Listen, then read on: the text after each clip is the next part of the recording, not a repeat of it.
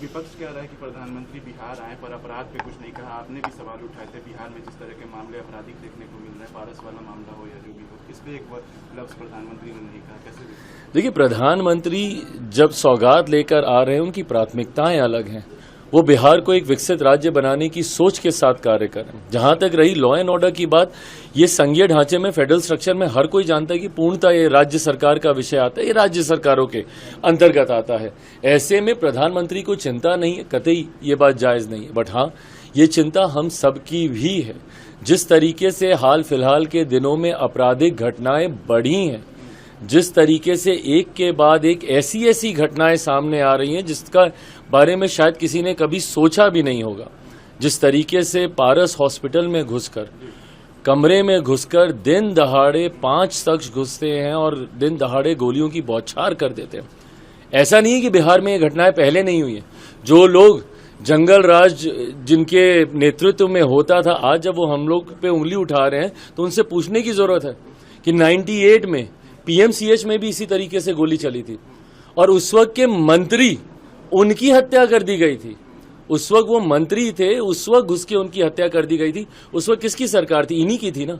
पर ना उस वक्त के इस घटना को जायज ठहराया जा सकता है, ना आज की इस घटना को जायज ठहराया जा सकता है। हकीकत यह है कि अगर एक भी आपराधिक घटना होती है तो प्रशासन को जिम्मेदारी लेनी होगी। एडीजी लॉ एंड ऑर्डर इस तरीके की बातें कतई नहीं कह सकते हैं कि भाई बरसात के से पहले इस तरीके की घटनाएं होती है।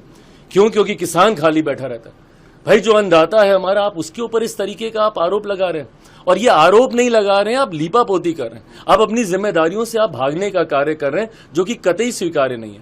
आपकी जवाबदेही बनती है, जिम्मेदारी आपको लेनी होगी और राज्य सरकार को भी इसमें और ज्यादा मुस्तैदी से सुनिश्चित करना होगा कि कम से कम और कुछ नहीं तो बिहार में सुरक्षा का भाव, एक सेंस ऑफ सिक्योरिटी हर बिहारियों के भीतर दे। ये जिम्मेदारी प्रशासन सरकार की बनती है। लगातार आप भी आपराधिक घटनाओं पर सवाल, जिम्मेदारी जवाबदेही तय होनी चाहिए। मैं पहले ही इस बात को कह चुका हूं।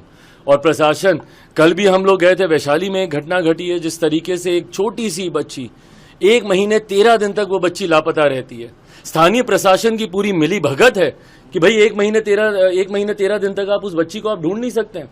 क्या उसके मोबाइल फोन से क्या उसकी लोकेशन को ट्रैक नहीं किया जा सकता था? अगर ये लोग चाहते तो क्या ये लोग नहीं कर सकते थे? गाज गिरी है छोटे अधिकारियों पर, थाना लेवल के अधिकारियों को वहां पे बर्खास्त किया जा रहा है, जबकि हकीकत यह है कि जितने बड़े अधिकारी हैं वो भी इसमें लिप्त थे। तो ऐसे में जब तक जिम्मेदारी तय नहीं होगी, जब तक जवाबदेही तय नहीं होगी, आपराधिक घटना इसी तरीके से घटती